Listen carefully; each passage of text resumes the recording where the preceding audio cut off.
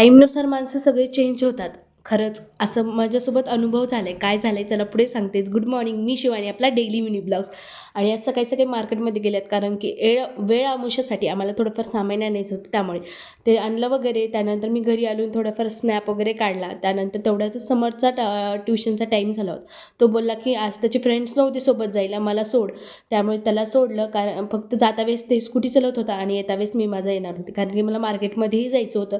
आज शेवटचा गुरुवार असल्यामुळे मला थोडंफार सामान वगैरे आणायचं होतं पूजेसाठी, पानं वगैरे. मग ते मार्केटमध्ये घेतले, पानं वगैरे घेतले, पोती वगैरे घेतल्या कारण की आज शेवटचा गुरुवार असल्यामुळे त्यामुळे. आल्यानंतर मी पूजा वगैरे मांडली. खरं सांगायचं म्हटलं का, मला ह्या गोष्टीत कसलाच इंटरेस्ट नव्हता, देवाच्या तर काहीच नाही.